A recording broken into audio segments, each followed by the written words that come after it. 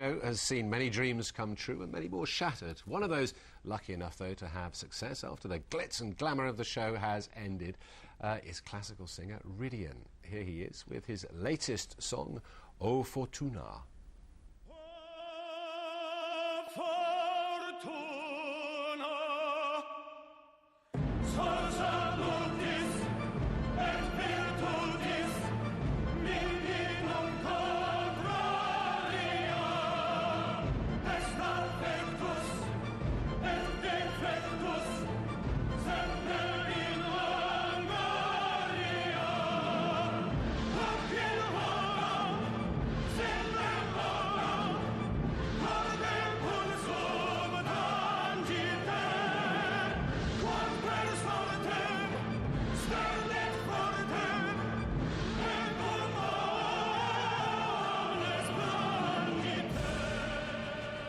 Not only is he a great singer, he can also throw his voice while he's singing, which is just incredible. Well, Rhydian came into the studio for a chat about life after the X Factor and much more.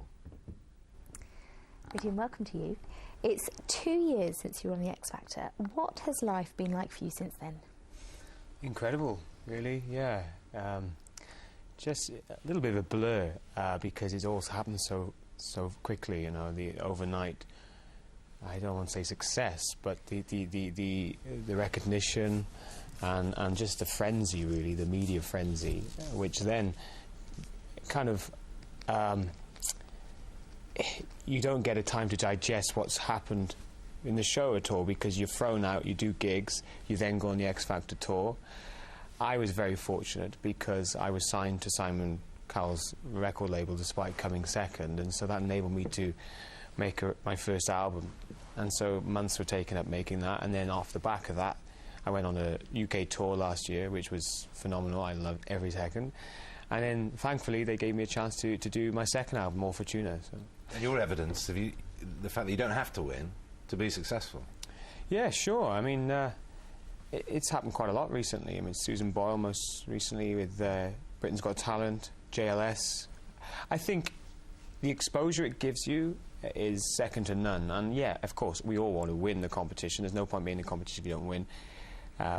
However, if you I guess if you play your cards right and you've got the desire to succeed, then you will. And I think with my voice as well, it was a good thing coming second, because I'm a more classically trained singer. I think X Factor's more geared to pop artists. You're expected to release single after single, and I don't release singles, I just release an album a year. How do you cope with it? Because like you say, it is so quick. You get into a competition like that, but then suddenly your life changes and you haven't stopped since. How do you cope with it all? Well, I think the first thing is it's important to have good people around you, and I'm lucky I've got a great management team. I love my record label and a very loving family who are very understanding. I think it's important also when you get people complimenting you, and fans if you like, that it's lovely what they say, but if you start believing it, then that's when your feet are removed off the floor, and you know, and you start getting a little bit of an ego, I could imagine. So it's a difficult balance, to be honest with you. Ultimately, I just got to keep on performing well, because that's what I do. And when do you stop becoming X Factor property, if you like? I mean, this is your second album. How much of this is actually you from your soul, or how much are you told you've got to do this, that, and the other? Well, I'm really lucky because that album is, I would say, 90% all my decision. I remember back in March, I had a meeting with Simon Cowell and the record label, and we were trying to decide a direction for the second album, and they wanted more of a, say, symphonic, rich sound, and I thought, well, great, fine, because that's where I had my training in classical music. And they literally said, right, there you are, go and make an album. And that gave me the reins, really, to choose who I want to work with. And I've been lucky because I've worked with Carl Jenkins, the most successful living classical composer, who produced the album. I duetted with Dame Kirita Kanawar on the album. Amazing. She's singing royalty, and you know, so that was awesome. And my hero, Bryn Terfel, he sings on the album as well. Who Simon Cowell hadn't heard of.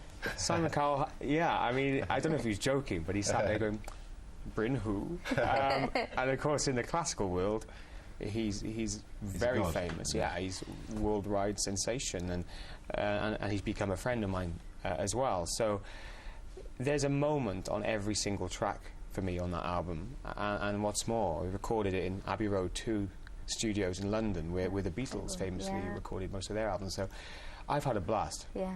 You must have to pinch yourself every now and again. Yeah, I do. I really do. It's just what I really hope now, though, because you say, when do you lose that X Factor brand? And I know people will always associate me with X Factor, and I'm fine with that. I'm very proud of that. But this is much more of a classical album. And so, you know, I'm really keeping my fingers crossed we get #1 in the classical charts. That's what I'm really hoping for. We wish you all the luck. Thank you very much. Thanks so much for having me on. Yeah, Rhydian, who popped in to see us over the festive period. He was really nice, wasn't he? Yeah, good bloke, good bloke. A bit bigger than I thought as well. He was. He's quite big. Big lad, but he likes his rugby. And he used to play rugby to quite a high standard, I think. And that maybe explain it all, which brings us neatly on to sport.